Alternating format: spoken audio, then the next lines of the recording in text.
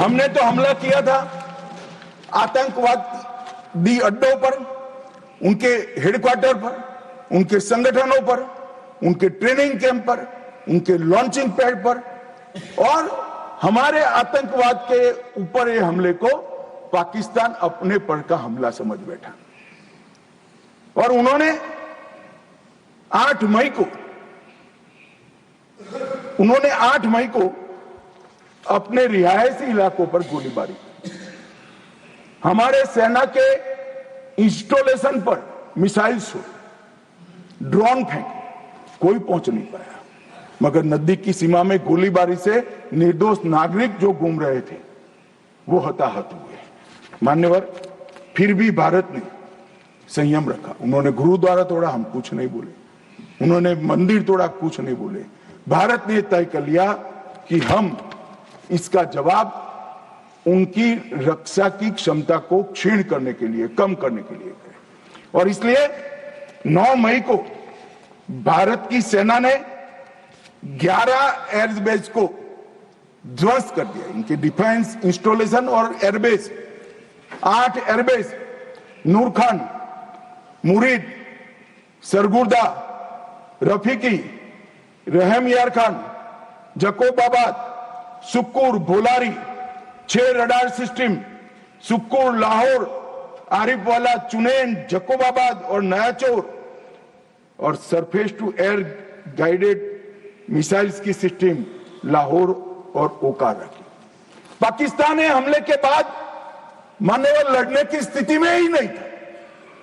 ये पूछ रहे हैं किसके कहने पर समाधान हुआ, किसके कहने पर समाधान हुआ? किसी के कहने पर समाधान नहीं हुआ।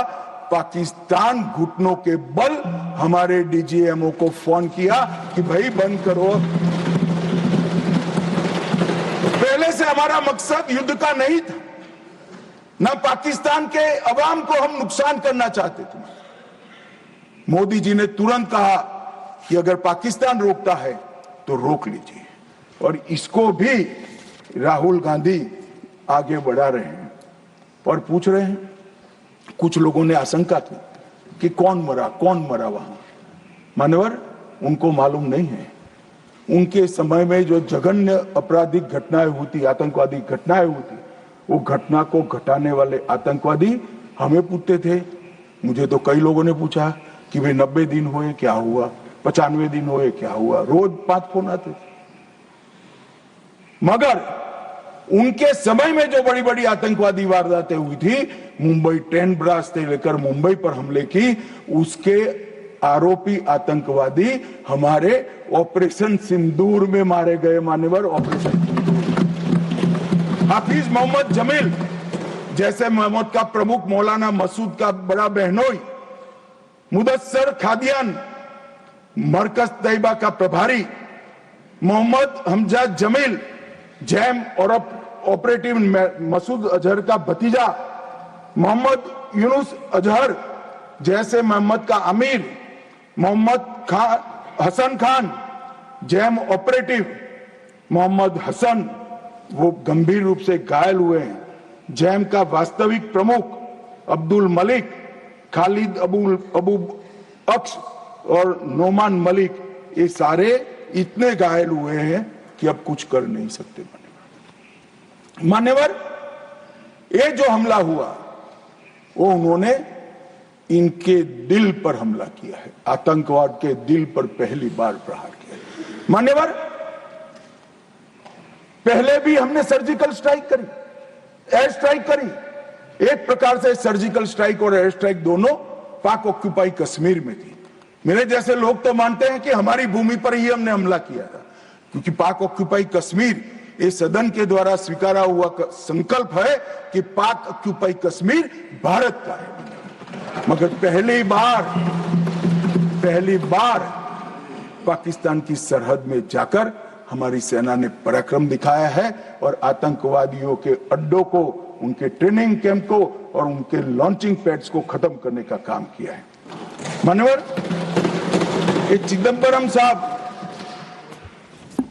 कल भाषण में बोले कि ये नहीं कहा जा सकता कि ऑपरेशन सिंदूर निर्णायक था। चिदम्बरम साहब यहाँ है नहीं, मगर मैं उनको जवाब देना जरूर चाहता हूं कि चिदम्बरम साहब, अगर 65 की लड़ाई निर्णायक थी क्या, तो फिर टेररिज्म क्यों फैला? 71 की लड़ाई निर्णायक थी क्या, तो टेररिज्म क्यों फैला? और अनेक बार जो कार्यवाही हुई वो निर्णायक थी क्या? मान्यवर, जब तक दुश्मन या तो डर नहीं जाता या सुधर नहीं जाता, कभी निर्णायक अंत नहीं आएगा। मान्यवर, इतने सालों तक उनको डराने की, दंडित करने की कोई प्रक्रिया ही नहीं हुई। क्यों डरेंगे वो? हम तो डोजियर पर डोजियर भेजते रहे, कभी उनको जवाब नहीं दिया। नरेंद्र मोदी ने जवाब दिया मान्यवर, सर्जिकल स्ट्राइक करी, एयर स्ट्राइक करी और ऑपरेशन सिंदूर। खौफ पैदा हो गया।